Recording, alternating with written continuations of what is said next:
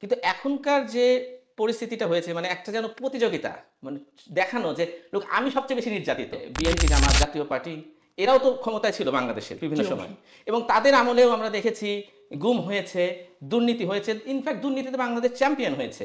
যে তা আপনি যখন বলতেছেন যে পলিটিক্যাল পার্টিগুলি নেমলি আপনি বলছেন Jamaat, BNP and some of the other parties, তাদের অ্যালায়েন্সের যারা, তারা তাদের সেন্স অফ এন্টাইটেলমেন্ট থেকে বলতেছে যে আমরা এরকম সাফার করছি, now we are entitle to be in power, now we are entitle to be getting this facilities or that facilities. যেটা আপনি হাইলাইট করলেন যে তারা জনগণের দৃষ্টি থেকে বলতেছে না যে look, our people have suffered, they are entitle to a better life. এই রাষ্ট্র ব্যবস্থাটা হচ্ছে মূলত দায়ী মানুষের দুর্ভাগ্যের জন্য। সো এই ব্যবস্থাটা পরিবর্তনের কথাটা আসতে হবে। শুধুমাত্র পার্সনের পরিবর্তন হলে আসলে মানুষের ভাগ্যের পরিবর্তন আসবে না। General people, specifically the youth of Bangladesh, হ্যাঁ, তারা দের ইজ এ রাইস, তারা ইসলাম নিয়ে চিন্তা ভাবনা করতেছে, ইসলামিক পরিবর্তন চাইতেছে দেশের মধ্যে, they want more of Islam. তো ইসলাম একটা rising force, it's no doubt. And এটা কিন্তু খোদ মার্কিন যুক্তরাষ্ট্রও তারাও অ্যাকনলেজ করে এবং তারাও কিন্তু এই ব্যাপারে তাদের প্রস্তুতি রয়েছে যে কিভাবে একটা ইসলামিক খেলাফত কোনো জায়গা থেকে আসলে তারা সেটাকে কিভাবে ট্যাকল দেবে। গভর্নমেন্টের পক্ষে থেকে তারা বলতেছে তারা রিফর্ম করতে চাইতেছে, তারা সিস্টেমকে রিফর্ম করতে চাইতেছে। দের ইজ নট এরকম পার্টিকুলার কোনো ক্ল্যারিটি নাই যে তারা কি রিফর্ম করতে চাইতেছে, এই রিফর্ম করতে কতদিন লাগবে এবং নির্বাচন কখন, তারা নির্বাচনের সময়টা কখন আসবে। দেখেন বাংলাদেশের জাতীয় সংসদ নির্বাচন এটা কবে হবে এটা হয়তো একটা বড় প্রশ্ন। জি। তা আমার কাছে মনে হয় বাংলাদেশের জাতীয় সংসদ নির্বাচনের আর কোনো দরকার নেই এবং আমি পার্সোনালি চাই না যে আর কখনোই বাংলাদেশে এই জাতীয় সংসদ নির্বাচন হোক। আমরা যতগুলো পার্লামেন্ট দেখেছি এই যে ৩০০ বা ৩৩০ জন এমপি থাকে এরা গিয়ে আইন তৈরি করে না, তো আইন তো তৈরি করে একটা কমিটি আর এরা গিয়ে চারের দলের পক্ষে হ্যাঁ হ্যাঁ না না বলে। সো এটা একটা জাতীয় সংসদে আমরা দেখেছি একটা মাছের বাজারের মতো। যদিও এটা ডেমোক্রেসি বলা হচ্ছে কিন্তু আলটিমেটলি এটা কিন্তু a rule of few people. Sheikh হাসিনার আমলে দেখেছি শেখ হাসিনা এবং তার উপদেষ্টা, আগের আমলগুলোতেও দেখেছি যে কিছু মানুষরাই আইন তৈরি করে, বাকি পার্লামেন্টে সবাই শুধু একটা রাবার স্ট্যাম্প দিয়ে দেয়। আউযু বিল্লাহি মিনাশ শাইতানির রাজিম, বিসমিল্লাহির রহমানির রহিম, বিসমিল্লাহ, আসসালাতু ওয়াসসালামু আলা রাসূলিল্লাহ। আসসালামু আলাইকুম ওয়া রাহমাতুল্লাহি ওয়া বারাকাতুহু। স্বাগতম জানাই আমাদের আজকের আপসীন বার্তায়। আপনারা জানেন আপসীন বার্তায় আমরা বিভিন্ন সমসাময়িক এবং বিষয়ভিত্তিক ব্যাপারগুলো নিয়ে আলাপ করে থাকি। তো আমাদের সাথে আজকে আছেন ব্যারিস্টার রেজাউল করিম, উনি অ্যাডভোকেট, বাংলাদেশ সুপ্রিম কোর্ট এবং একজন পলিটিক্যাল অ্যানালিস্ট। আপনাকে স্বাগত জানাই আমাদের আজকের পর্বে। ধন্যবাদ। আসসালামু আলাইকুম রহমতুল্লাহ। ওয়ালাইকুম আসসালাম, কেমন আছেন আপনি? আলহামদুলিল্লাহ, আল্লাহ ভালো রেখেছেন। আপনার সময়ের জন্য আমরা অতি কৃতজ্ঞ। সো আমরা আজকে যে ব্যাপারগুলি নিয়ে আলোচনা করব সেগুলি ধরেন বাংলাদেশের যে কারেন্ট পলিটিক্যাল ক্লাইমেট আছে সেই ব্যাপারে। তো আমি যদি শুরু করতে চাই একটা পার্টিকুলার অ্যাঙ্গেল থেকে, আমরা দেখতে পেতেছি যে লাস্ট 16 ইয়ার্স যখন আওয়ামী লীগ বাংলাদেশের ক্ষমতায় ছিল, বাংলাদেশকে যখন তারা রুল করছে, এই সময়ে বিভিন্ন লাস্ট 5ই অগস্টের পর থেকে আমরা বিভিন্ন ধরনের ন্যারেটিভ শুনতে পাইছি। বিভিন্ন পলিটিক্যাল অ্যাক্টিভিস্ট, বিভিন্ন পলিটিক্যাল পার্টির মেম্বাররা বা তাদের বিভিন্ন ধরনের ওয়ার্কার্সরা তারা এসে বলতেছে দিজ আর দ্য, তারা এই ধরনের সাফারিংয়ের সম্মুখীন হয়েছে। কেউ কেউ আয়নাঘরের কথা বলতেছে, কেউ কেউ তাদের বিভিন্ন ধরনের পার্সোনাল এক্সপিরিয়েন্স শেয়ার করতেছে। ইন ইউর কেস আমি জানি যে আপনি বাংলাদেশের এই লাস্ট 15-16 ইয়ার্স যাবৎ, I mean longer than that even, but Awami লীগের পিরিয়ডটা যদি আমি স্পেসিফাই করতে চাই, এই সময় আপনি পলিটিক্যালি অ্যাক্টিভ ছিলেন এবং বিভিন্ন ব্যাপারে আপনি আপনার যে অ্যাক্টিভিজম এটা চালিয়ে গেছেন এবং সরকার বিরোধী অনেক ব্যাপারে আপনি আপনার মতবাদ প্রদর্শন করছেন এবং এই ব্যাপারে আপনারও পার্সোনাল অনেক এক্সপিরিয়েন্স আছে। আপনিও তাদের বিভিন্ন যে ধরনের সাফারিংসগুলি এগুলি আপনিও ফেস করছেন। সো আমি যদি শুরু করতে চাই, আপনি যদি আপনার সেই এক্সপিরিয়েন্সটা আমাদের সাথে শেয়ার করেন, আপনার যে ফার্স্ট হ্যান্ড এক্সপিরিয়েন্স এটা যদি আমাদের সাথে শেয়ার করতে চান। ধন্যবাদ। একটা খুবই ভালো কোশ্চেন করেছেন যে এখন আমরা এই কথাটা খুব শুনতে পাই যে আমি অনেক নির্যাতনের শিকার হয়েছি। জি। অনেক পলিটিক্যাল পার্টি এসে বলতেছে যে আমরা সবচেয়ে বেশি স্যাক্রিফাইস করেছি। তো 5ই আগস্টের পরে এখন এই রাজনৈতিক ব্যক্তিত্বরা বা রাজনৈতিক দলগুলো এসে এখন এটা খুব একটা জাহির করার চেষ্টা করছে যে যে তারা কতটা নির্যাতনের শিকার হয়েছে। নির্যাতনের শিকার তো হয়েছে, কেননা দুঃশাসন ছিল, আহ, অনেক ধরনের অত্যাচার হয়েছে, বিচার বহির্ভূত হত্যা হয়েছে, গুম হয়েছে, নানাভাবে নির্যাতন হয়েছে। কিন্তু এখনকার যে পরিস্থিতিটা হয়েছে, মানে একটা যেন প্রতিযোগিতা, মানে দেখানো যে লোক আমি সবচেয়ে বেশি নির্যাতিত, জি। হ্যাঁ আমরা যে রাজনৈতিক দল হিসেবে বেশি নির্যাতিত, এই আইডিয়াটা আমার পছন্দ না। কারণ এইটাতে মানে এটার মধ্যে দিয়ে একটা আহ, এরকম একটা সাউন্ড পাওয়া যায় যে আমি বেশি ত্যাগ স্বীকার করেছি, সুতরাং এখন যখন ক্ষমতার পালাবদল হবে আমাকে এই ক্ষমতার ভাগটা বেশি দাও। হ্যাঁ, একটা sense of entitlement. Entitlement, exactly. So আর আরেকটা বিষয় হচ্ছে যেটা আপনার প্রশ্নের মধ্যে এসেছে, যে যখন নির্যাতনের কথা বলা হয়, দুঃশাসনের কথা বলা হয়, এটা অনেক সময় এই প্রচলিত যে রাজনৈতিক দলগুলো রয়েছে এরা শুধু 16 বছরের কথা বলে, অর্থাৎ এই আওয়ামী লীগের এই টার্মটার কথা বলে। জি। কিন্তু আপনি যদি লক্ষ্য করেন দেখবেন যে এইটা কিন্তু আসলে একটা ধারাবাহিক প্রক্রিয়া। বাংলাদেশ সৃষ্টির পর থেকে গত 53 বছর, ইভেন বাই এক্সটেনশন পাকিস্তান আমলেও এই শোষণটা ছিল। মোট কথা, আমরা যে উপনিবেশিক শাসন ব্যবস্থাটা আমাদের উপর চাপিয়ে দিয়েছিল ইংরেজরা, সেটারই কিন্তু একটা লিগ্যাসি আমরা বয়ে বেরিয়েছি। সুতরাং দুঃশাসন অল অ্যালং ছিল। এটা এখন যে সমস্ত রাজনৈতিক দল এসে বলছে যে ও এই এই দুঃশাসন হয়েছে, এই এই নির্যাতন হয়েছে, কিন্তু বাংলাদেশের হিস্ট্রিতে যদি দেখেন, এই রাজনৈতিক দলগুলো প্রচলিত যেগুলো যারা গণতান্ত্রিক সেকুলার পলিটিক্সগুলো করে, এই রাজনৈতিক দলগুলো আমি যদি নাম ধরে বলি, বিএনপি, জামাত, জাতীয় পার্টি, এরাও তো ক্ষমতায় ছিল বাংলাদেশের বিভিন্ন জি, সময়, অবশ্যই। এবং তাদের আমলেও আমরা দেখেছি গুম হয়েছে, দুর্নীতি হয়েছে, ইনফ্যাক্ট দুর্নীতিতে বাংলাদেশ চ্যাম্পিয়ন হয়েছে। জি। তারপরে তাদের আমলেও আমরা দেখেছি যে কিভাবে জুডিশিয়ারিকে তারা রাজনৈতিক স্বার্থে ব্যবহার করেছে। তাদের আমলেও বিভিন্ন প্রতিষ্ঠান দলীয়করণ হয়েছে, সন্ত্রাস হয়েছে, দাঙ্গা হয়েছে, হল দখল হয়েছে, মানে যেগুলো আমরা আওয়ামী লীগের আমলে যা যা আমরা বলি এ সবই কিন্তু ছিল। হয়তো আওয়ামী লীগের আমলে যেহেতু এটা একটা লঙ্গার পিরিয়ড অফ শাসন ছিল, এটার একটা মাত্রাটা বেশি ছিল, জি। কিন্তু এই টোটাল গেমটার মধ্যে কিন্তু সবাই পার্টিসিপেন্ট। সুতরাং আপনি নির্যাতনের শিকার হয়েছি আমি, এই আলোচনাটার চেয়ে আসলে বেশি গুরুত্বপূর্ণ আলোচনা কি জানেন? সেটা হচ্ছে যে মানুষ কতটা নির্যাতনের শিকার হয়েছে, এই দেশটা কত সাফার করেছে। আপনি ঠিক আছে, যারা প্রাণ দিয়েছে, যারা আয়না ঘরে ছিল, গুম হয়েছে, যে ফ্যামিলিগুলো অনেকভাবে অত্যাচারিত হয়েছে, তাদের প্রতি আমার সমবেদনা রয়েছে, মানে আমি দুঃখ প্রকাশ করছি। কিন্তু অ্যাট দ্য সেম টাইম শুধু আলোচনাটা এখানে রাখা যাবে না, মানে অ্যাজ ইফ যে শুধুমাত্র আওয়ামী লীগ এই নির্যাতনটা করেছে। আমি বলবো যে পুরো রাষ্ট্রযন্ত্রটা ছিল একটা নির্যাতনের একটা মেশিন। জি। এর মধ্যে দিয়ে এই পুরো দেশের মানুষ, পুরো দেশ, পুরো জাতিটা সাফার করেছে। আপনি দেখেন বাংলাদেশটা আজকে এখানে এমন একটা জায়গায় এসে দাঁড়িয়েছে যে আমরা একটা খারাপের সাথে আর একটা খারাপ তুলনা করে বলি আমরা এখন একটু ভালো আছি, জি। কিন্তু ভালো থাকার ডেফিনেশনটাই যেন আমরা ভুলে গেছি।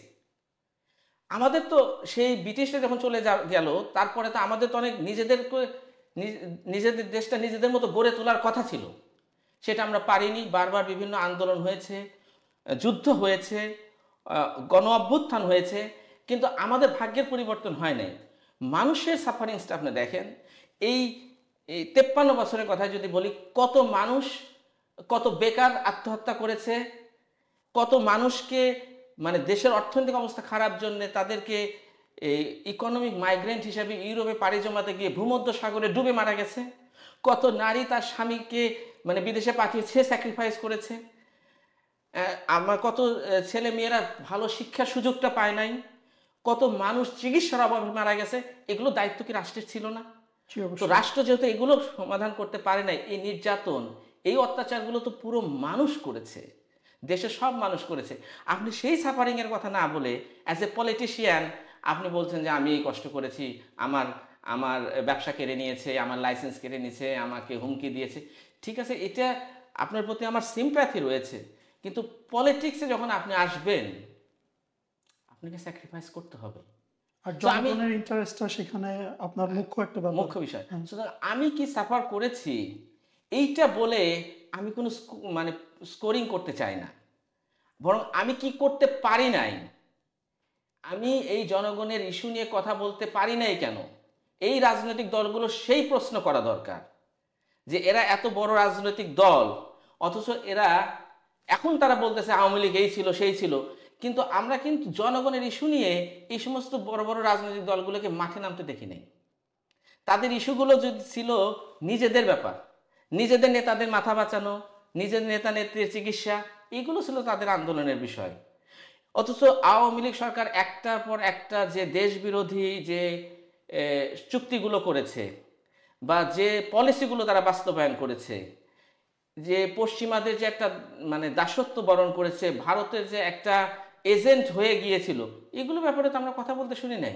কারণ এগুলো ব্যাপারে কথা বলার নৈতিক অধিকারও নাই তাদের। লক্ষ্য করে দেখবেন, বিকজ তারা যখন ক্ষমতায় ছিল তারা তো ওই একই পলিসি দিয়ে শাসন করেছে, বা তারা ভেবেছিল তারাও ক্ষমতায় আসবে এবং এদেরকে এই জন্য তারা রাগাতে চায় নাই, কথা বলে নাই, প্যালেস্টাইন ইস্যু নিয়ে কথা বলে নাই, আরও বিভিন্ন ইস্যু নিয়ে কথা বলে নাই। আবার না ভারত রাগ করে বসে, আবার না আমেরিকা রাগ করে বসে। সুতরাং আপনি যে নির্যাতনের শিকার হয়েছেন এটা ঠিক হয় নাই, আপনার প্রতি অন্যায় হয়েছে, কিন্তু বৃহত্তর অন্যায় হয়েছে জনগণের সাথে, বৃহত্তর অন্যায় হয়েছে এই জাতিটার সাথে। সেগুলো নিয়ে বরং আলোচনা করা দরকার। তবেই না আমরা সেই অন্যায়টাকে কিভাবে বন্ধ করতে পারি, সেখান থেকে আমরা কিভাবে বের হয়ে আসতে পারি, সেই দিকে আমরা যেতে পারবো। আর আপনি যদি মনে করেন যে না আমি স্যাক্রিফাইস করেছি, হ্যাঁ তাহলে আমাকে এখন বেশি পাইতে হবে, আপনি দেখবেন বাংলাদেশের রাজনীতিতে এটা একটা সংস্কৃতি। ইভেন বলে কি যে এই লোকটা দলের একজন ত্যাগী নেতা, তো ওনাকে একটা নমিনেশন দেন, ওনাকে একটা পদ পদবি দেন। কেন? যে উনি এতদিন ত্যাগ করেছেন, এখন একটু ভোগ করবেন। তো রাজনীতি তো ভোগের জায়গা না। ত্যাগ স্বীকার করেই কিন্তু আপনাকে এইখানে আসতে হবে, মানুষের জন্য কাজ করতে হবে। সুতরাং going back to your question, যে আমি আসলে পার্সোনালি আমার দেখার সুযোগ হয়েছে যে কিভাবে একটা রাষ্ট্রযন্ত্র পুরোটা দলীয়করণ হয়ে যায় এই ব্যবস্থার মধ্যে। তো এবং সেটার ফলে মানুষ কি সাফার করে সেটা আমি দেখেছি। সুতরাং এই জায়গা থেকে আমরা যেন বের হয়ে আসতে পারি, এবং আমি বিশ্বাস করি এবং আমি আশা করি যে মানুষের মধ্যে এই বোধ উদয় হবে এবং তারা সেই পূর্ব অবস্থায় যেন আমরা আর ফিরে না যাই। সেটাই হবে আমাদের এখনকার আগামী দিনের একটা আমাদের প্রত্যাশা।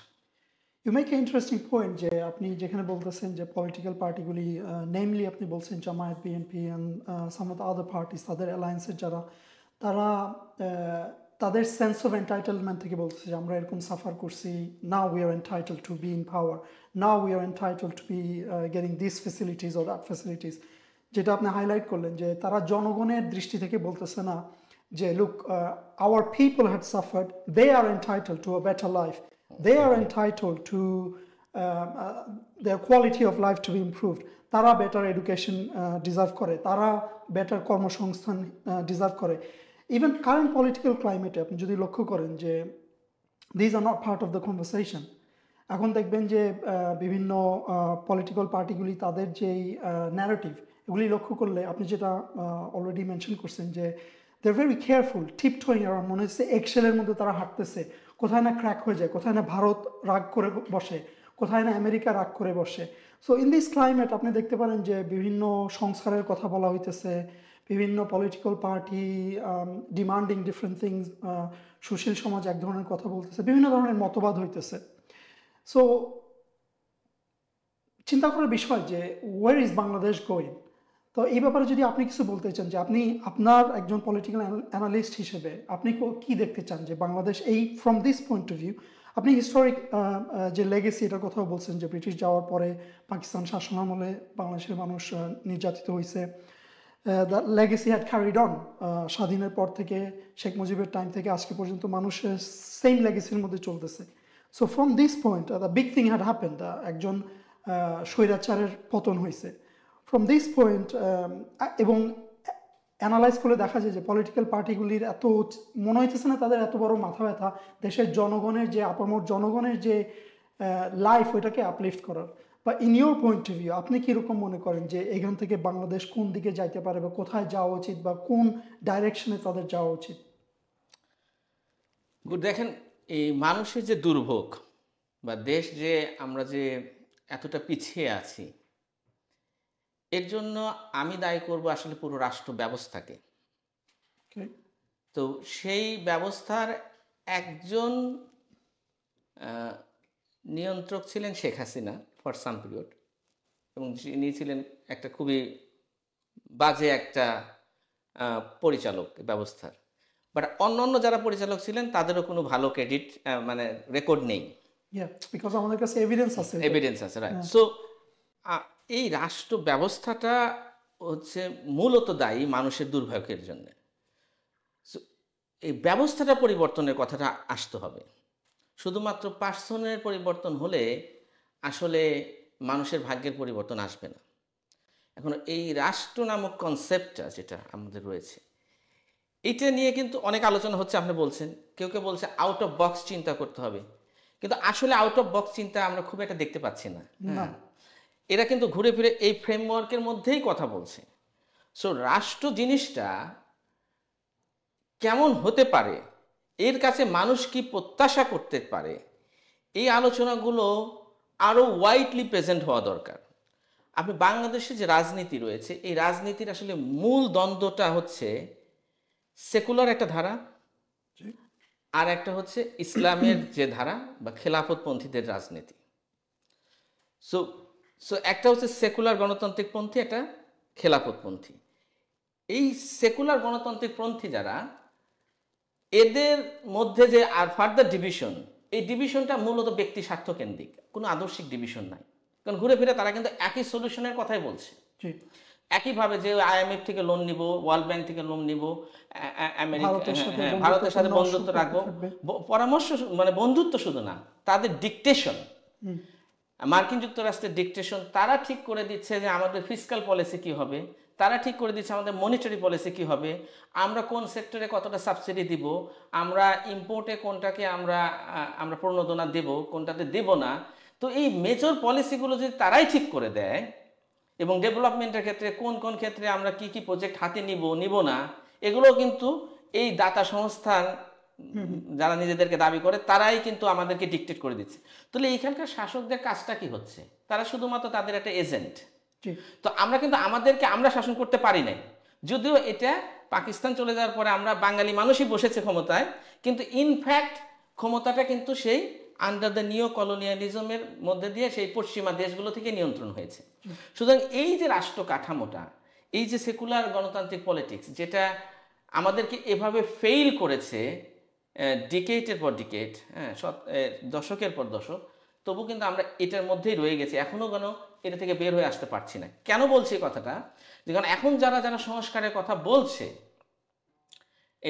এই সরকারের মধ্যে যারা ইভেন উপদেষ্টা বা উপদেষ্টার যারা সহকারী, যারা বিভিন্ন আইডিয়ার কথা থ্রো করছে, বলছে আমরা ইনক্লুসিভ পলিটিক্সের কথা তারা বলতেছে, হ্যাঁ, তো তারা কিন্তু এই শুধু সেকুলার গণতান্ত্রিকদের যে ভাষ্য, তাদের যে কথাবার্তা, সেটাকেই তারা শুনতেছে।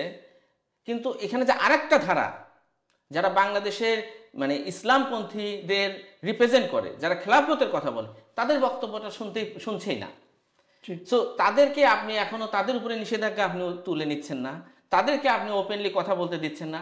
তাদের রাষ্ট্রের ফ্রেমওয়ার্কটা কি, তারা কি ধরনের মানে তারা যে সংবিধানকে তারা প্রেজেন্ট করেছে, সেই সংবিধান নিয়ে কোনো আলোচনা, এটা যদি না হয়, তাহলে কিন্তু কোনো ইনক্লুসিভ সোসাইটি গড়ার যে প্রচেষ্টা, এটা কিন্তু আসলে শুধু কাগজে কলমে রয়ে যাচ্ছে, বা শুধু তাদের মুখের কথায় রয়ে যাচ্ছে। আপনি যদি ইনক্লুসিভ সোসাইটি করতে চান, তাহলে you need to take into account all this opinion, তারপর এই হ্যাভ টু মানে এটাকে আপনি টেবিলে থ্রো করতে হবে, সেটা নিয়ে আলোচনা হতে হবে। আপনি একটা সাইড বন্ধ করে দিচ্ছেন। সো এখানে যেটা হয়ে যাচ্ছে, এই যে জুলাই আগস্টের যে বিপ্লবটা, এই বিপ্লবটা কিন্তু তখন এটা কিন্তু খাটো হয়ে যাচ্ছে, এটা ন্যারো ডাউন হয়ে যাচ্ছে, বিকজ বিপ্লবটা যেন মনে হচ্ছে শুধুমাত্র হাসিনা পতনের বিপ্লব। কিন্তু এই বিপ্লবের সময় কিন্তু আমরা শুনেছিলাম নতুন বাংলাদেশ, আমরা শুনেছিলাম দ্বিতীয় স্বাধীনতা, তার মানে আমাদের কিন্তু সবকিছু একটা পুনর্গঠন করার কথা ছিল।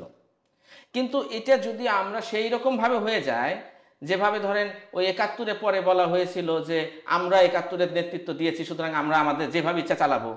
তো আজকে যদি সেই আলোচনা হয়, এবং সবাই এই জন্যই কিন্তু দাবি করার চেষ্টা করে যে এই আন্দোলনে আমাদের ভূমিকা বেশি, তার মানে আমরা যেভাবে ইচ্ছা চালাবো, this is not inclusive politics. Inclusive পলিটিক্সে আপনাকে পুরো বিষয়টা মাথায় নিতে হবে, জনগণের জন্য যেটা ভালো সেটা মাথায় নিতে হবে। এবং এই জানেন যেহেতু যে এক্সিস্টিং ব্যবস্থাটা আপনাকে ফেল করেছে, কারণ এই বড় যে স্বৈরাচারিণী, তার জন্ম তো এই সিস্টেমের মধ্যে। জি। তো এই সিস্টেমটা যদি আপনি ইনটেক রাখেন তাহলে আরো স্বৈরাচারের মানে এখান থেকে সৃষ্টি হবে। এবং আপনি কিন্তু একটা মানে নির্বাচন দিয়ে পপুলার কেউ আসলেও কিন্তু এটা কাজ হবে না। কেননা বাংলাদেশে আপনার এই যেমন শেখ হাসিনার কথায় যখন এসেছিলেন তখন তো উনি অনেক পপুলার হয়ে এসেছিলেন, জি, উনি একটা নির্বাচনের মধ্যে দিয়ে এসেছিলেন। সুতরাং আবার যে আসবে সেও যে আবার স্বৈরাচার হয়ে উঠবে না, এটা গ্যারান্টি দেওয়া যাচ্ছে না, বরং হয়ে ওঠার সম্ভাবনাটাই বেশি। কারণ আমরা সেটাই দেখে এসেছি জি। যে এখানে ক্ষমতায় গিয়ে যেই ক্ষমতায় যায় সেই তার মতো করে এখানে ক্ষমতাকে অপব্যবহার করে দলীয়করণ করার চেষ্টা করে। তো এটা আসলে সিস্টেমের দোষ। জি। তো সেটাকে যদি আপনি চেঞ্জ না করেন তাহলে তো আপনার কাজ হবে না। তো সুতরাং এখানে আপনার অল্টারনেটিভ রাষ্ট্র ব্যবস্থা যেটা খেলাফতপন্থীরা প্রেজেন্ট করছে সে আলোচনাটা আসা দরকার। কেননা দেখেন রাষ্ট্রের যে ধারণাটা আমাদের, এটা এমন একটা অবস্থায় রয়েছে যে যারা সরকারে থাকে তারা হচ্ছে রাজা, তারা যেরকম ইচ্ছা তারা আইন বানাবে, যেরকম ইচ্ছা পলিসি তৈরি করবে, আর সাধারণ মানুষরা এরা হচ্ছে প্রজা, ওইটাকে মেনে নিবে।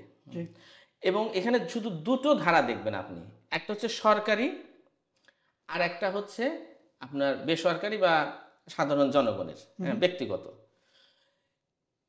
এই দুটো, এই যে প্রচলিত ব্যবস্থাটা, এর বাইরে কিন্তু ইসলামিক যে খেলাফত ব্যবস্থা, এখানে আমরা তিনটা ধারার কথা বলছি।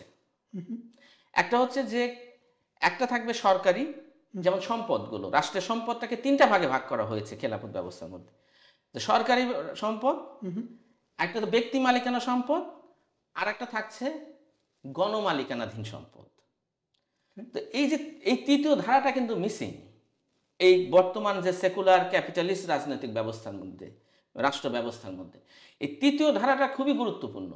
কেন তৃতীয় ধারাটা আসলে যেগুলো গণমালিকানাধীন, এই আইডিয়াটা ইসলামের একটা খুবই যুগান্তকারী একটা idea. Can you give us maybe আমাদেরকে যদি এক্সাম্পলে বলতেন যে Right. কোন কোন যেমন ধরনের ধরেন, জিনিস right, কোন মালিকানাধীন হইতে পারে? গণমালিকানাধীন হচ্ছে এমন সম্পদগুলো, যেমন ধরেন জলাভূমি, এগুলো এখন কি হয়, সরকার এগুলো লিজ দিয়ে দেয়। তখন কিছু ব্যক্তি মালিকানারা ওরা এটাকে লিজ নেয়, নেওয়ার পরে এটা আবার তারা আরো চড়া মূল্যে সাব লিজ দেয়। ফলে যে সাধারণ যে জেলে যে এখানে গিয়ে মাছ ধরে, সে কিন্তু কষ্ট করতেছে, কিন্তু সে কিন্তু তার ভাগ্যের পরিবর্তন করতে পারছে না, বিকজ এই লিজের টাকা তাকে শোধ করতে হচ্ছে। মাঝখানে মধ্যস্বত্বভোগীরা এখানে অনেক টাকা মেক করতেছে। একইভাবে আপনার খনিজ সম্পদগুলো, আমাদের পাওয়ার সেক্টরগুলো, তো এই যে আমাদের পানি সাপ্লাইয়ের জায়গাগুলো, তো এগুলো থেকে তো প্রফিট করার কথা না, এগুলো গণমালিকানাধীন সম্পদ থাকবে, এগুলো মানুষের দোরগোড়ায় পৌঁছানো হবে। এখান থেকে মানুষকে পৌঁছানোর জন্য যতটুকু কস্ট, সেই কস্টটা হয়তো কালেক্ট করা যেতে পারে, কিন্তু এখান থেকে কোনো প্রফিট মেকিং হবে না। কিন্তু এখনকার ব্যবস্থার মধ্যে কি, যেগুলো কিছু রয়েছে সরকারি সংস্থা, যেগুলো আপনি দেখবেন মোস্টলি ফাংশন ঠিক মতো করে না, অনেক দুর্নীতি, অনেক মানে অনিয়ম, বিকজ যেটা সরকারি সেটা মানুষ মনে করছে যে মানে ওই যে সরকার কাম মাল দরিয়া মে ঢাল, যে এটা তো লুটে পুটে খাওয়ারই জিনিস। আর যেটা বেসরকারি যে জায়গাটা, যে মানুষ কষ্ট করে ছোট ছোট ব্যবসা প্রতিষ্ঠান করছে, সেই প্রতিষ্ঠানগুলোকে সাপোর্ট দেওয়ার জন্য যে ফ্রেমওয়ার্ক, যে কাঠামো, যে আপনার ইনফ্রাস্ট্রাকচার দরকার, সেই দায়িত্বটা কিন্তু সরকার নিচ্ছে না, ওটা ছেড়ে দিচ্ছে মার্কেটের উপরে।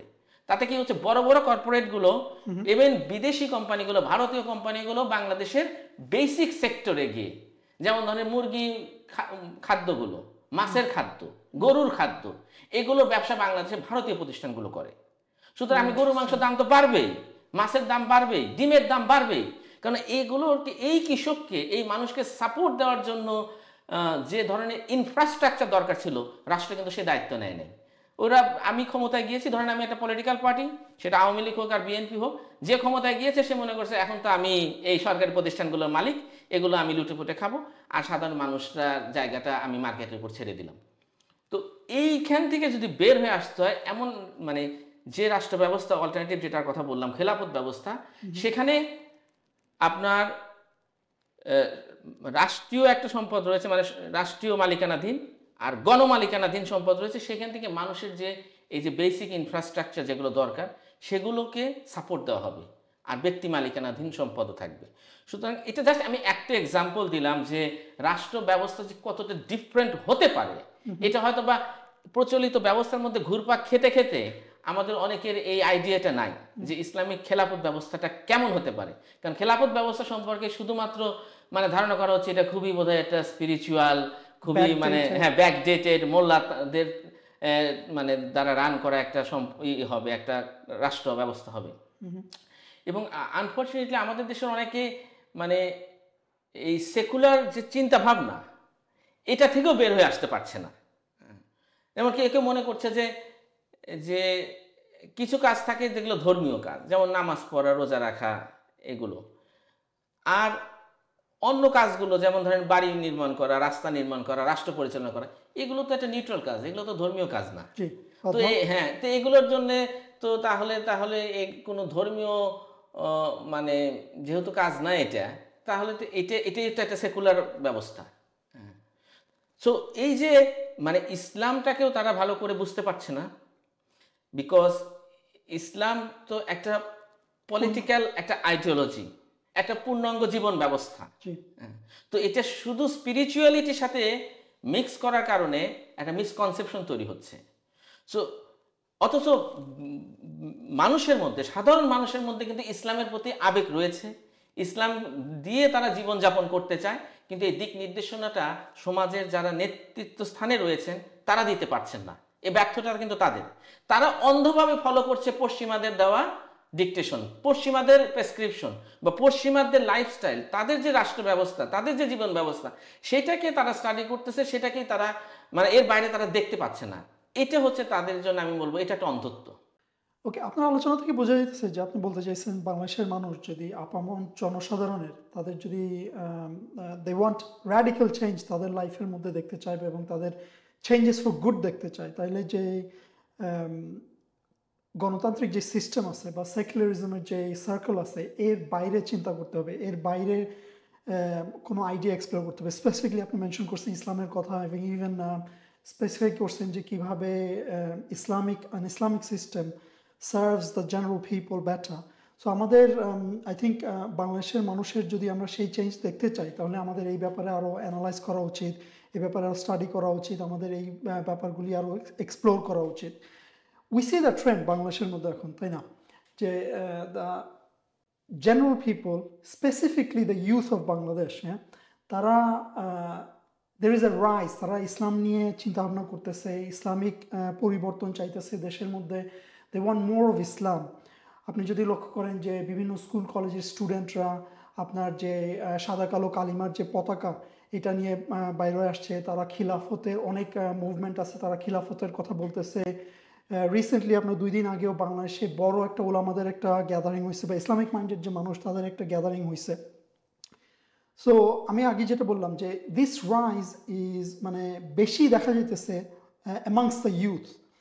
সো অনেকে বলতেছে যে look, specially the conventional political parties, I don't need to name them, I think সবাই বুঝতে পারে যে কারা, they are saying that we have to be careful. এই সাদা কালো পতাকার মাধ্যমে বহির্বিশ্বের দেশগুলি স্পেশালি ইন্ডিয়া এবং আমেরিকা বা দ্য ওয়েস্টার্ন নেশনস তারা আমাদেরকে একটা র্যাডিক্যাল যে ইয়ে আছে মানে মৌলবাদী বলে আমাদেরকে সেইভাবে ট্রিট করতে পারে, আমাদের উপর স্যাংশন আসতে পারে, আমাদের উপর বিভিন্ন ধরনের চাপ আসতে পারে। সো তারা বলতেছে সেম থিং, লাইক টিপটো করে যাইতে, এইসব ব্যাপারে বেশি ইয়ে করতে না। They are saying that maybe some external powers ও সাম এক্সটার্নাল কেউ এই স্টুডেন্টদেরকে দিয়ে এগুলি করাইতেছে।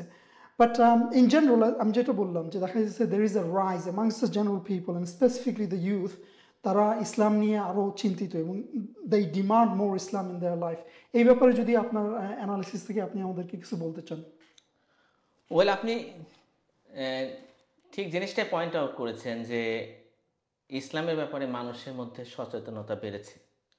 বিশেষত পলিটিক্যাল ইসলাম বা ইসলামিক রাষ্ট্র ব্যবস্থা, এটার ব্যাপারে একটা আকাঙ্ক্ষা তৈরি হয়েছে মানুষের মধ্যে, যেটা আসলে ট্রেডিশনালি বাংলাদেশে শুধুমাত্র হুজুররা, শুধুমাত্র মাদ্রাসার ছাত্রদের মধ্যে তাদেরকে বলতে শোনা যেত এবং সেটা অনেকটা খুব স্পিরিচুয়াল টোনে, এবং এটা মেইন স্ট্রিমে এই আলোচনাগুলো আসতো না। কিন্তু এখন আলহামদুলিল্লাহ it's not only in Bangladesh, এটা কিন্তু সারা পৃথিবীর একটা ঘটনা। আপনি if you look at the world wide, সব জায়গাতেই ইভেন ওয়েস্টার্ন কান্ট্রিগুলোতেও আপনি দেখা যাচ্ছে যে ইসলামের ব্যাপারে আলোচনা বেড়েছে। সো ইসলাম একটা rising force, it's no doubt, and এটা কিন্তু খোদ মার্কিন যুক্তরাষ্ট্রও তারাও অ্যাকনলেজ করে, এবং তারাও কিন্তু এই ব্যাপারে তাদের প্রস্তুতি রয়েছে যে কিভাবে একটা ইসলামিক খেলাফত কোনো জায়গা থেকে আসলে তারা সেটাকে কিভাবে ট্যাকল দেবে। সুতরাং আমরা মুসলিমরা খেলাফতের ব্যাপারে অনেকটা গাফেল রয়েছি অনেকে, কিন্তু ইসলামে যারা যারা অন্য পক্ষ, শত্রুপক্ষ, তারা কিন্তু বরং প্রস্তুতি নিচ্ছে যে খেলাফত চলে আসলে তারা কিভাবে সেটাকে ট্যাকল করবে। মেবি একটা পয়েন্ট এখানে worth mentioning, external factor or internationally একটা ফ্যাক্টর হইতেছে the factor of Palestine. Exactly. এখানে the Palestine issue is rising, এই সেন্টিমেন্ট মুসলিমদের মধ্যে আরও রাইজ করতেছে। তারা যখন দেখছে যে বছরের পর বছর, ডেকেডের পর ডেকেড, যে কনভেনশনাল যে ইসলামিক অ্যাক্টিভিজম বা এগুলি কখনো কাজ করে নাই, ফিলিস্তিনকে ফ্রি করতে পারে না, দ্য সেন্টিমেন্ট রেজোনেটস উইথ বাংলাদেশের মুসলিমদের মধ্যে। এক্স্যাক্টলি, মানে প্যালেস্টাইন কিন্তু আমাদেরকে চোখে আঙুল দিয়ে দেখিয়ে দিচ্ছে যে ওয়ার্ল্ড ব্যবস্থা, যেটা ওয়ার্ল্ড অর্ডারটা ইজ ফেইলিং, এবং পুরো পশ্চিমাদের যে বয়ান, তাদের যে এই হিউম্যান রাইটস, তাদের যে প্রিন্সিপাল, এগুলো সবই যে একটা হিপোক্রেসি, এইটা কিন্তু প্রকাশ হয়ে যাচ্ছে। যে আপনি, কারণ ইউক্রেনের ক্ষেত্রে আপনার একরকম নীতি, আর প্যালেস্টাইনের ক্ষেত্রে একরকম নীতি। সো ওয়ার্ল্ড ওয়াইড তাদের যে এই জীবন ব্যবস্থার মধ্যে যে আপনার হলোনেস, হ্যাঁ, এর ভিতর যে ফাঁকা বলি, হ্যাঁ, এটা যে তাদের শুধু স্বার্থ উদ্ধারের জন্য এই ধরনের তারা রেটরিকগুলো ইউজ করে, এগুলো কিন্তু এখন দিনে দিনে প্রকাশিত হয়ে গেছে। আর একটা পলিটিক্যাল আইডিওলজির জন্য এটাই কিন্তু মানে মৃত্যুর বড় কারণ। সো একটা new world order is in the Horizon. এই আন্ডারস্ট্যান্ডিংটা বাংলাদেশের অনেক ট্রেডিশনাল পলিটিশিয়ানদের নাই। মানে আলহামদুলিল্লাহ যে ইয়ুথ জেনারেশন, আপনি সঠিকভাবে বলেছেন, এরা অনেক স্মার্ট। এদের মধ্যে কিন্তু অনেকে এই জিনিসটা দেখতে পাচ্ছে যে আমি যদি আমার দেশটাকে যদি আমার মতো করে গড়তে চাই, আমি যদি মাথা উঁচু করে বেঁচে থাকতে চাই, আমি যদি আমার ভিতরের যে চিন্তা, চেতনা, বিশ্বাস, সেটাকে যদি আমি প্রতিষ্ঠা করতে চাই, অর্থাৎ আমি কিন্তু প্যালেস্টাইনের আমরা মুক্তি চাই, ঠিক আছে, আল-আকসাকে মুক্ত করতে চাই, এটা কিন্তু কারেন্ট ওয়ার্ল্ড অর্ডারের মধ্যে দিয়ে হবে না। বা আমরা যে ভারতের আধিপত্য থেকে বের হয়ে আসতে চাই, এটা কারেন্ট ওয়ার্ল্ড অর্ডার দিয়ে হবে না। সুতরাং যে ইয়ুথরা হাসিনাকে উৎখাত করতে পেরেছে, এটা তাদের মধ্যে এই মোমেন্টামটা এনে দিয়েছে। তারা এখন মনে করে, তারা বিশ্বাস করে, এবং আমিও বিশ্বাস করি যে তাদের এই তারুণ্যের মধ্যে এই শক্তি রয়েছে, they can change the world, and it world is actually in the changing process. সুতরাং এই জায়গাতে আপনাকে ওইভাবে চিন্তা ভাবনা করে স্ট্যান্ডিংটা নিতে হবে। কেননা এখন আপনি যদি মনে করেন যে আমি কালেমার পতাকা নিয়ে আমি মিছিল করলে অমকে রাগ করবে, অমকে আপনার উপরে নাখোশ হয়ে যাবে, তাহলে আপনি আসলে ওয়ার্ল্ড পলিটিক্সটাই ধরতে পারেন নাই। কেননা আপনি এই খুশি করে তাদেরকে মানে মন জুগিয়ে চলতে গেলে আপনার কোনো জায়গা থাকবে না। বিকজ কালেমার পতাকা দেখে যারা রাগ করে, তারা কিন্তু কালেমা আপনি বুকে ধারণ করলেও কিন্তু তারা আপনাকে উপর রাগ করবে। ডেফিনেটলি। সো আপনি পতাকা হাইড করবেন, তারপরে কি করবেন? তারপরে অন্তর থেকেও কি আপনি কালেমাটাকে সরিয়ে ফেলবেন? তাহলে আপনি যাবেন কোথায়? What is the end? এর কোনো কিন্তু এন্ডিং নাই, কম্প্রোমাইজের কোনো এন্ডিং নাই। এটা আপনাকে নিয়ে যাবে একেবারে যেভাবে বলা হয়েছে যে যতক্ষণ না পর্যন্ত আমরা তাদের দিনকে গ্রহণ করি, ততক্ষণ পর্যন্ত কিন্তু চাপটা আমাদের উপর আসবে। রাদার আপনি যদি আপনার দিনের উপরে স্ট্যান্ডিং থাকেন, আপনার প্রিন্সিপালটা আপনি শক্ত করেন, তাহলে you can be powerful, and মানে আপনাকে তখন সমীহ করবে, আপনাকে মানে আপনার তখন আত্মমর্যাদা বেড়ে যাবে। দেখেন, এই আমাদের যে প্রধান উপদেষ্টা, উনি আমেরিকাতে গিয়ে কার কার সাথে হাত মিলাতে পেরেছে, এটা নিয়ে এই সেকুলার গোষ্ঠীর মধ্যে কত মানে যেন আত্মতুষ্টি, যে ও শেখ হাসিনা গিয়ে পাত্তাই পেত না, উনি গিয়ে হাত মিলাতে পারছেন। What is this? যেখানে একটা মুসলিম দেশের যে নেতা, সে যেখানে যাবে, যেখানে কথা বলবে, হ্যাঁ, এবং সে তার যে কর্মসূচি থাকবে, তার যে প্রেজেন্স থাকবে, এটা পশ্চিমাদের এবং যারা কাফের মুশরিক তাদের জন্য একটা ভয়ের ব্যাপার হয়ে দাঁড়াবে, যে কিনা বলে বসে, কিনা পলিসি নিয়ে আসে। সো আমাদের মধ্যে ওই মানসিকতা আমাদের রাখতে হবে। হাত মিলাতে পারছে, এতেই যারা খুশি হয়ে যায়, এই ধরনের পলিটিশিয়ান, নতজানু, ডিফিটেড মেন্টালিটি যে সমস্ত পলিটিশিয়ান, তারা দেশের কি চেঞ্জ করবে? তারা আমাদেরকে জাতি হিসেবে কোথায় নিয়ে যেতে পারবে? তো তারা কিন্তু আমাদের কোনো রাইট দিক নির্দেশনা নিতে পারবে না এই কারেন্ট ফ্রেমওয়ার্কে। সো আপনি যদি আত্মমর্যাদাশীল একটা শক্তিশালী রাষ্ট্রে পরিণত হতে চান, তাহলে you have to have your মানে ফার্ম স্ট্যান্ডিং থাকতে হবে। কেননা যদি আপনি কোনো একটা প্রিন্সিপালের উপর না দাঁড়ান, তাহলে আপনি ওয়েস্টার্নদের প্রেশার, ভারতীয়দের প্রেশার এগুলো মোকাবেলা করতে পারবেন না। এবং এই যে কারেন্ট যে আমাদের যে উপদেষ্টার যে সরকারটা রয়েছে, এরা এই প্রেশারটা কিভাবে ডিল করবে, হ্যাঁ, সেটা কিন্তু আমাদের দেখার ব্যাপার। কেননা এই প্রেশারের কারণেই কিন্তু এগুলো কথা বলা হচ্ছে যে কেন কালেমা পতাকা নিয়ে মিছিল করা হচ্ছে, এটা ঠিক হচ্ছে না। হ্যাঁ, তো এটার মানে কি হচ্ছে যে আপনি ওই প্রেশারটাকে ভয় পাচ্ছেন। তো আপনি এইটাকে ডিল করবেন কিভাবে? আপনি তো ডিল করতে পারবেন না, বিকজ আপনার স্ট্যান্ডিংটা ঠিক নাই। সো আপনি যখন স্ট্যান্ডিংটা ঠিক করবেন, কারণ আমি তো এসেছি আসলে প্রেজেন্ট জানানোর জন্য, এবং ইসলাম যখন প্রতিষ্ঠিত হবে, এটা একটা বিশাল ঘটনা ঘটবে ওয়ার্ল্ডের মধ্যে। এটা আপনি চুপিসারে গোপনে কোনো এক জায়গায় ফাঁকতালে এস্টাবলিশ করে ফেলেন, এরকম ব্যাপার তো না। ডেফিনেটলি না। আপনি জানেন ওমর রাদিয়াল্লাহু আনহু যখন ইসলাম গ্রহণ করেছিলেন, তখনও কিন্তু মুসলিমরা খুবই দুর্বল ছিল মক্কাতে। জি। সাহাবারা সংখ্যায় অল্প ছিল এবং তাদের উপর অনেক নির্যাতন হচ্ছিল। কিন্তু ওমর রাদিয়াল্লাহু আনহু ইসলাম গ্রহণ করার পরে প্রথম যে কাজটা উনি করলেন, উনি আবু জাহেল, সবচেয়ে পাওয়ারফুল যে শত্রু ইসলামের, তার দরজায় নক করে উনি বললেন যে আমি ওমর, আমি ইসলাম গ্রহণ করেছি। কেন এই মেসেজটা উনি দিলেন? যে আমরা মুসলিমরা আর উইক নাই। সো এই মেসেজটা, পলিটিক্যাল মেসেজটা দেওয়া দরকার। আপনি কিসের এত ভয় পান? এই যে মানুষগুলো কিসের ভয় পায় যে আমরা যদি ইসলামের কথা বলি আমাদেরকে কি খেয়ে ফেলবে? ইসলামের জন্য যদি আপনার মানে এটুকু সাহস আপনার না থাকে, তাহলে আপনার ঈমান আপনার মধ্যে কি নিয়ে আসছে? Good point. তো এটাতে বাড়াবাড়ি কি দেখলো ওনারা? আমি বুঝতেছি না। কেননা আপনার এই কালেমার পতাকা, এটা তো হচ্ছে আমাদের একটা পরিচয়। অ্যাবসলিউটলি। সো এটা আমি করতে পারবো না। দুদিন পরে বললো যে এখানে এত বড় সমাবেশ করতে পারবেন না, দাড়ি টুপি করতে পারবেন না। মানে ধীরে ধীরে তো এগুলো তো ওই জায়গাতেই যাবে। সো এই প্রেজেন্সটা আমাদেরকে জানাইতে হবে, কেননা আমরা we are here to change the world. পুরো বিশ্ব মানবতা যে সাফার করতেছে, সেটার একটা সমাধান দরকার।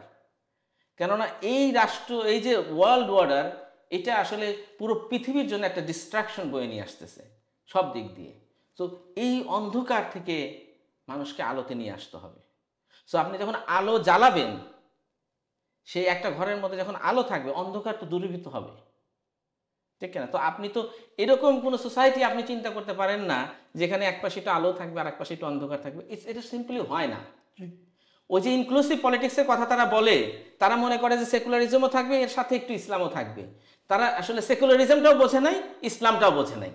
এবং ইনফ্যাক্ট এই যে কথাবার্তাগুলো তারা বলে, এত দূরবোধ্য যে এটা কি বলে না নিজেরাও বোঝে কিনা আমি ঠিক জানা নাই। কারণ ইসলামের সাথে আপনি সেকুলারিজম, যে দুটো একটা মানে কম্পিটিং দুটো আইডিওলজি, এই দুটো কি পাশাপাশি থাকতে পারে? তো এই দুটোকে আপনি একসাথে মিক্স করে একটা সোসাইটি করার কথা বলেন কিভাবে? Interesting point. যেটা আমি আগে বলতেছিলাম যে বাংলাদেশের ইউথ, আপনার কি লক্ষ্য করলে দেখবেন যে দেয়ার পলিটিক্যাল অ্যাওয়ারনেস, কনভেনশনাল যে পলিটিক্যাল লিডার আছে বাংলাদেশে, দে আর মোর অ্যাওয়ার বিকজ অফ আপনার ইন্টারনেট কানেক্টিভিটি, তাদের যে বিভিন্ন ধরনের অ্যাক্টিভিটি আছে, বা তাদের এডুকেশনের মাধ্যমে, বা বিভিন্ন সোশ্যাল নেটওয়ার্ক কানেক্টিভিটির মাধ্যমে দে আর ভেরি পলিটিক্যালি অ্যাওয়ার। এই জন্য তাদের ওই সেন্সেশন লেভেলটা বেশি।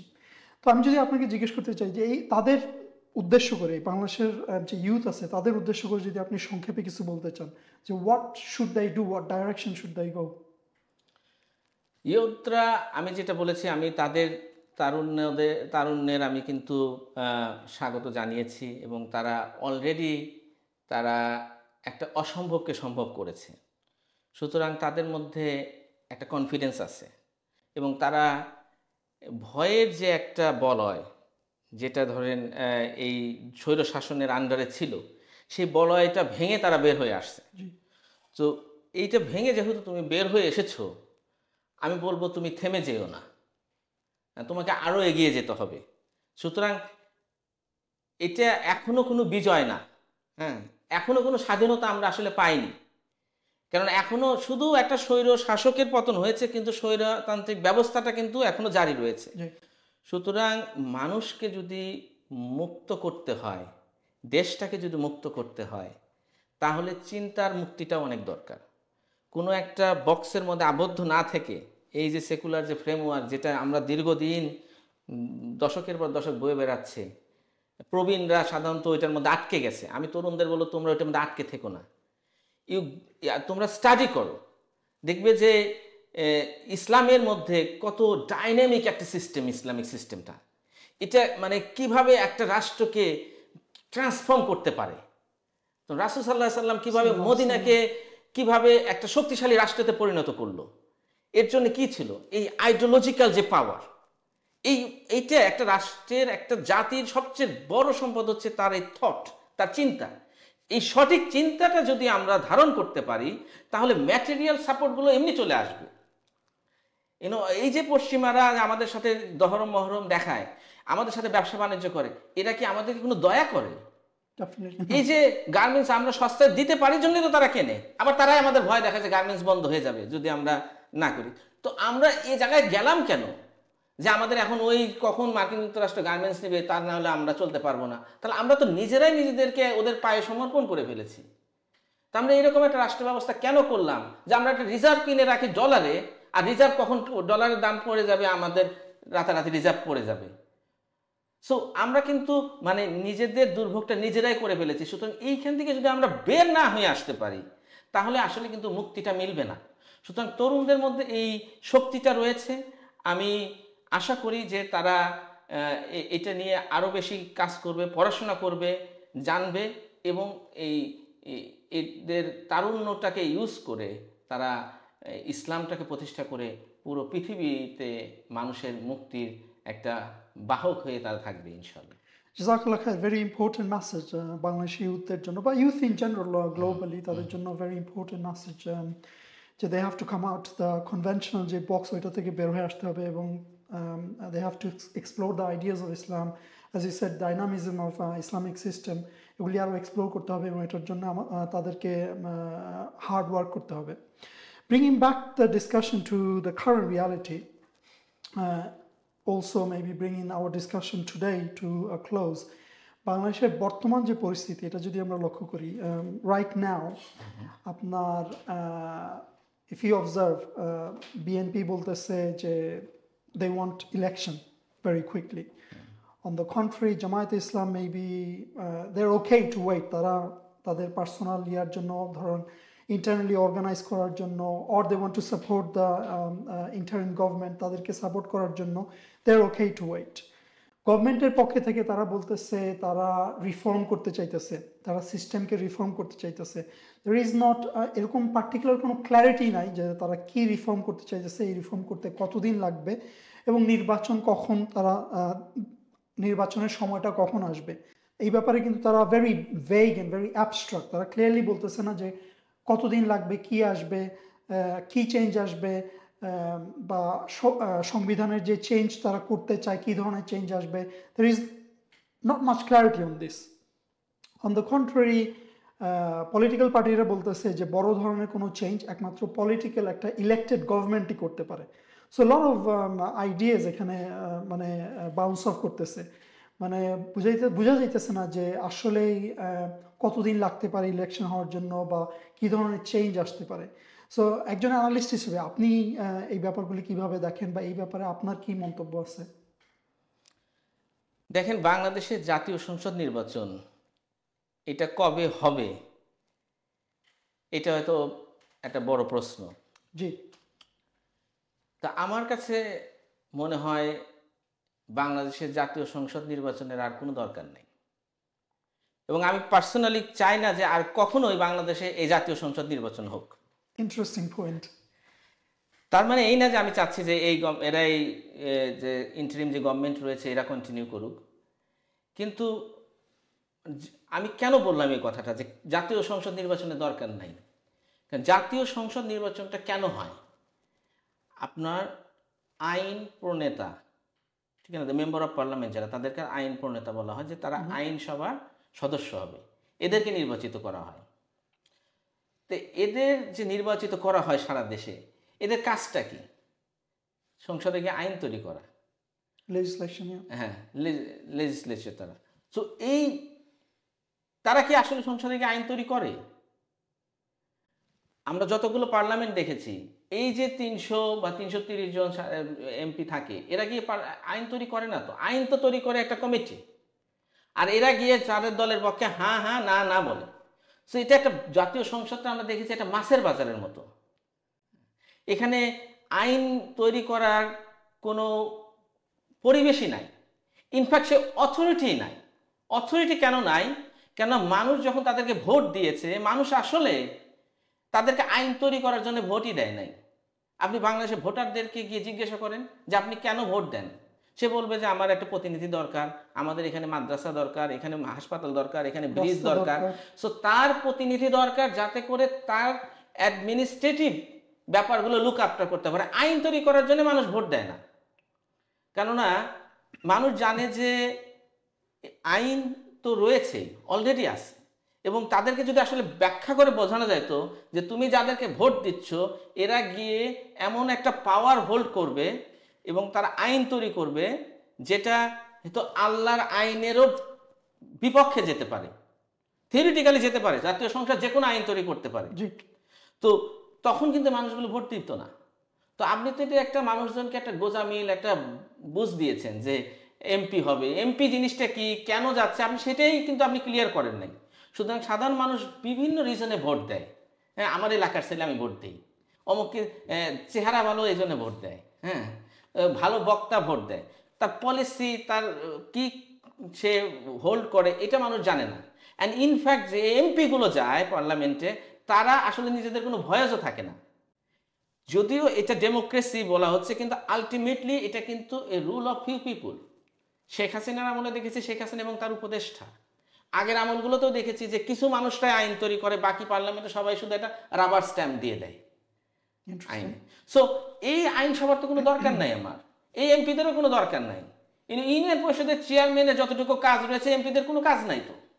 কিন্তু তারা অনেক ধরনের সুবিধা ভোগ করবে, অনেক ধরনের বিলাসবহুল গাড়ি চালাবে, বিভিন্ন ধরনের তারা কমিটির মধ্যে যাবে এবং এগুলো সব লুটে পুটে খাওয়ার একটা মানে বন্দোবস্ত। তাহলে আপনি কি বলতে চাইছেন, যদি ইলেকশন না হয় তাহলে কিভাবে এই পুরো সিস্টেমটা ফাংশন করবে, কিভাবে আমাদের দেশ মানে চলবে? না, ওই যে Who would বলছিলাম যে represent the আপনাকে আসলে people? আউট অফ বক্স চিন্তা করতে হবে। তরুণদেরকেও আমি বলছি যে আউট অফ বক্স চিন্তা করতে হবে। আপনি এইটা চিন্তা করেন যে একটা দেশের ক্ষমতাতে কেন একটা রাজনৈতিক দলকে যেতে হবে? একটা রাজনৈতিক দলকে ক্ষমতায় যাওয়ার দরকারটা কি? সে রাজনৈতিক দলের উদ্দেশ্যটা কি? সে রাজনীতি করবে, মানুষের মানে অধিকারের ব্যাপারে কথা বলবে, এটা তো সে যে কোনো জায়গা থেকেই বলতে পারে। একটা রাজনৈতিক দলকে যদি আপনি ক্ষমতায় নিয়ে আসেন তাহলে সে ক্ষমতায় আসার পরে অন্য তার যে অপোনেন্ট যে পার্টিগুলো রয়েছে তাদেরকে সে দমন করার চেষ্টা করবে এবং তাদেরকে এবং দমন করতে গিয়ে সে বিভিন্ন প্রতিষ্ঠানকে দলীয়করণ করে ফেলবে, যেটা হয়ে আসতেছে বাংলাদেশে। জি। সুতরাং এখানে রাজনীতিটা তো খেলা না। মানে ওদের কাছে কিন্তু এই সেকুলার গণতান্ত্রিক যারা পলিটিক্স করে তাদের কাছে এটা একটা খেলার মতো, যে ঠিক আছে এই বল এতদিন ছিল আওয়ামী লীগের পায়ে, এখন ওইখান থেকে এখন বল তো ছুটে গেছে, হ্যাঁ, তাহলে এখন আমার পায়ে দাও। হ্যাঁ, মানে বিএনপি বলতেছে আমি আমি এটা নিব, জামাত ইসলাম বলতেছে আমি নিব। হ্যাঁ, এবং তারা জানে যে যদি আমি আজকে ক্ষমতায় যাই তাহলে হয়তো বা আমি এগুলো ভোগ করতে পারবো। আর বিরোধী দলে যে থাকে সে ওয়েট করতে থাকে যে কখন সে একটা ভুল করবে, কারণ ভুল তো করবেই। আপনি বাংলাদেশের হিস্ট্রিতে দেখেন কোনো একটা পলিটিক্যাল পার্টি ফেয়ার ইলেকশন দিয়ে দুইবার ক্ষমতায় আসতে পারে নাই। ইন্টারেস্টিং। কেননা এই সিস্টেমটা তাদেরকে ফেল করবেই। সুতরাং তারা এই যে একটা রাজনৈতিক দলকে ক্ষমতায় নিয়ে যেতে হবে এই কনসেপ্ট থেকে আমাদের বের হয়ে আসা দরকার। আপনি রাজনৈতিক দল, আপনি যদি মানুষের অধিকার নিয়ে কথা বলতে চান, সরকারের সমালোচনা করতে চান, আপনি করতে পারেন, আপনার প্ল্যাটফর্ম থেকে আপনি করতে পারেন। আপনাকে ক্ষমতায় যেয়ে এটা করতে হবে কেন? যারা ক্ষমতায় থাকবে তাকে হতে হবে একটা অভিভাবকের মতো, সে সবার জন্য সে দায়িত্বশীল। আপনি যদি একটা পলিটিক্যাল পার্টিকে নিয়ে আসেন, মানে খেলা চলতেছে কয়েকটা পার্টির মধ্যে, তখন সে তো মনে করবে যে এটার মধ্যে আমি যাব না, মানে এই অঞ্চল এখানে সব বিএনপির ভোটার, এখানে সব আওয়ামী লীগের ভোটার, এখানে সব জামাতের ভোটার, আপনি মনে করেন দায়িত্ব আপনি এড়িয়ে যাবেন। বা আপনি আপনার প্রতিষ্ঠানগুলোকে মনে করবেন যে এই ইউনিভার্সিটি হলগুলো আমার দলের এ, যারা ছাত্র সংগঠন আছে তাদের দখলে যাওয়া দরকার। এটা তো ন্যাচারাল যেটা হয়ে আসতেছে হয়ে বাংলাদেশে। আসছে, এটাই করতে চাইবে যদি আপনি এখানকার একটা নিরপেক্ষ মানে ইন দ্য সেন্স যে একটা অভিভাবক কাউকে নিয়ে আসতে হবে। হ্যাঁ, তাহলে আপনি সেখানে একটা স্থায়িত্ব পাবেন। সে সেটাকে সবার উপরে সে দায়িত্ব নেবে। সে শুধুমাত্র তার পার্টিকুলার একটা দলের কাউকে দেখবে না। সুতরাং যিনি রাষ্ট্রপ্রধান হবেন, ইসলামে যেটা খলিফা বলা হয়, উনি কোনো পার্টিকুলার পলিটিক্যাল পার্টি থেকে হবেন না। সুতরাং রাষ্ট্রের মধ্যে অনেক পলিটিক্যাল পার্টি থাকবে, তারা খলিফার সমালোচনা করবে, রাষ্ট্রের বিভিন্ন পলিসির সমালোচনা করতে পারবে, কিন্তু তাদেরকে যে ক্ষমতায় আসতে হবে এর তো কোনো মানে নাই। যদি খলিফা যদি দেখা যায় যে সে রাষ্ট্রটা সঠিকভাবে চালাচ্ছে না, মানুষের আশা আকাঙ্ক্ষা এবং যা শরিয়া মোতাবেক পরিচালনা করছে না, তখন তাকে রিমুভ করা হবে। কিন্তু আমরা এই যে একটা ব্যবস্থার মধ্যে আমরা একটা রাজনৈতিক দলকে 5 বছরের জন্য আপনি একটা ইজারা দিয়ে দিলেন, এখন এই 5 বছর কিন্তু তারা লুটেপুটে খাবে। 5 বছর পরে তারা একটা নতুন বয়ান নিয়ে, নতুন আশা নিয়ে, একটা আশ্বাস নিয়ে আবার জনগণের সামনে আসবে, অথবা বিরোধী দলরা এই এরা একটা হাঙ্গামা দাঙ্গা বাজাবে, বাধায় বলবে যে না এরা ফেল, আমাদেরকে এখন দাও। ইসনে বল নিয়ে কারাকারির মতো এই ক্ষমতা নিয়ে কারাকারি যদি চলতে থাকে, আপনি দীর্ঘমেয়াদী পরিকল্পনা করবেন কিভাবে, দীর্ঘমেয়াদী মানে রাষ্ট্রটাকে আপনি অর্গানাইজভাবে গড়ে তুলবেন কিভাবে। সুতরাং এই ইলেকশন, এটার আমি টোটালি বিপক্ষে। কিন্তু আমি ইলেকশনের পক্ষে ওইটার যে প্রত্যেকটা অঞ্চল থেকে মানুষের প্রতিনিধি থাকবে, যাতে করে সরকারের কাছে, খলিফার কাছে গিয়ে মানুষের যে সুখ দুঃখ আছে, মানে কষ্ট আছে, সেগুলো নিয়ে মানে তারা তুলে ধরতে পারে। আইন তৈরি করার দরকার নাই তো, কারণ আইন তো রয়েছে। শরিয়াতে আইনটা অলরেডি রয়ে গেছে, যেটা সাবস্টেন্টিভ মৌলিক আইন। আপনার আইন তৈরি করতে হবে কোনটা, ওই সেন্সে যে আপনি অ্যাডমিনিস্ট্রেটিভ বিভিন্ন প্রসিডিউরাল ল তৈরি করতে হবে। সাবস্টেন্টিভ ল মানুষ আসলে তৈরি করতে পারে না, মানুষের সেই মানে অ্যাবিলিটিই নাই।